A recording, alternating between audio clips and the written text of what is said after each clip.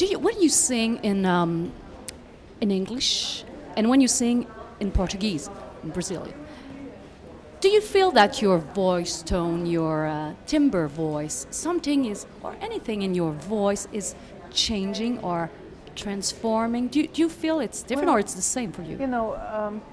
I hear, for example, American singers or singers that are not Brazilian. They singing in Portuguese and their voices are quite different. It doesn't quite sound, something's different. But but they don't live in Brazil, and I live in the United States for more than I lived in Brazil, for longer now. And so English is my second language, and I feel very comfortable singing in English. I also went to a great coach. He actually coached Celine Dion, and he coached like Bill Clinton.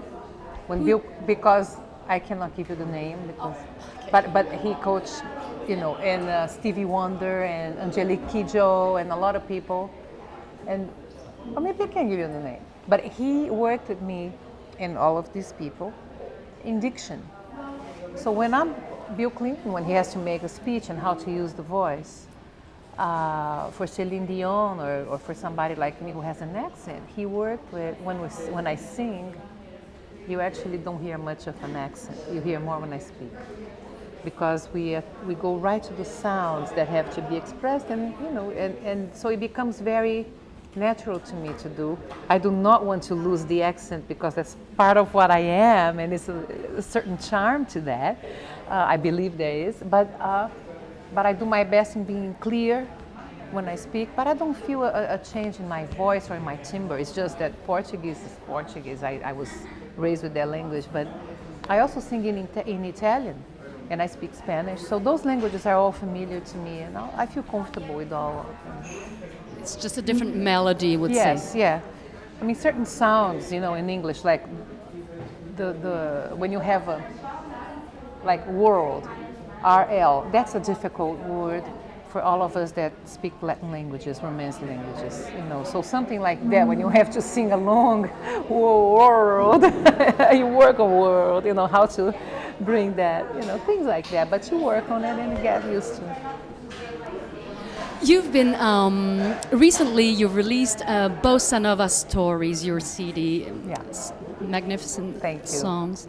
And there are, of course, Bossa Nova standards and other American songs.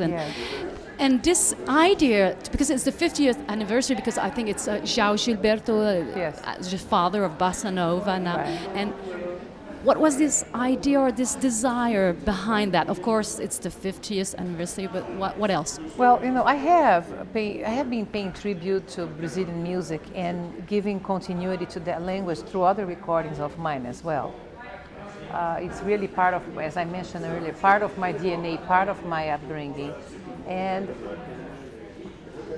when the time came that it was the anniversary of the Bossa Nova, I mean, having the history that I have had with our music, I felt that would be a nice opportunity to bring that music again. Although I have done recently, like the CD Dreamer has a lot of Bossa Nova. Other CDs of mine, Eliane Elias Interview, being done in 10 years ago, 11 years ago, that has a lot of Bossa Nova too. So I mean, I have constantly brought this music, but Bossa Nova Stories tells a little bit more of the story of the Bossa Nova, because it has the songs that launched Bossa Nova first, like Chega de Saudade, Desafinado, and then tells a story by, coming to more contemporary songs done in that kind of vibe, and also some of the standards, like João Gilberto always recorded, and Jobim himself. They always included American standards or sometimes a French song, an Italian song done as Bossa Nova. So I really gave continuity to that and showed a different curve of this whole music, What do you think of like a Bossa Nova rhythm songs in French? Because I don't know, you sure know Henri Salvador, the French singer, who's now not on this planet anymore, unfortunately. But he sang, among others, song Il fait dimanche, which is not that much Bossa Nova, but there are some songs now in Bossa Nova. Does it feel strange to you that people are, you know, even in, I don't know, in a Russian, whatever. To you, bossa nova, is it like it owns to Brazil, to the spirit? Is it? Well, you know, I feel that if someone speaks a different language and the lyrics are representing what the song is, it's okay. It's fine to sing in their language. But the rhythm has to be right, the feel has to be right. But that's fine. I mean, I sing in 2-3 languages. And my daughter just recorded a CD called Brazilian Passion. And one of the songs, Autumn Leaves, she speaks perfect French. I mean, actually, that's what her... Autumn Leaves in French is I know so well the song. It's from Jacques Les Feuilles Mortes. Thank you, Claude. It's from Jacques Prévert and Yves Montand. Yes. Make it popular. Yes.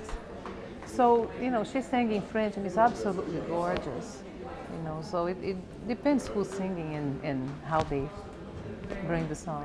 So your daughter is also a singer, a vocalist. A songwriter. She's a great songwriter too, yeah. And she lives in Brazil or in the States? In New York. Too, okay. Huh? Yeah. What is your feeling about, you know, the jazz and the Brazilian music? It's a long love story. It's been like you were talking about Stan Getz with Gilberto and lots of, you know. Oh, yeah. You know, Jobim, he's a father of Brazilian standards. He loved the American songwriters. He was influenced by, I mean, I can talk about other writers he loved. He loved Ravel, you know, he loved Chopin, but he loved Cole Porter, Gershwin. You know, João Gilberto also was completely taken by jazz. João Donato, who's a writer pre-Bossa Nova, he loved Stan Kenton. He even had a picture of Stan Kenton on his night table, you know, right where he slept. I mean, he really loved that music. So there is a great connection between the Brazilian music, the Bossa Nova especially, and jazz. You see that Frank Sinatra did such beautiful recordings with Jobim, you know, that the duet. Doing some Brazilian music, and it's music that really naturally allows the artist to express creativity, improvisation, because the harmonies are so rich, and the rhythm, once you get that rhythm right, if you're not Brazilian, it's really great to play over it, and it's just an international embrace. Thank you so much, Eliane Elias, and once again, welcome back in Montreal. Thank you. And I wish you a great concert tonight. It's the July 3rd. Thank you so much. And I hope you come back once again. I hope so, many more times. Thank you. Thank you.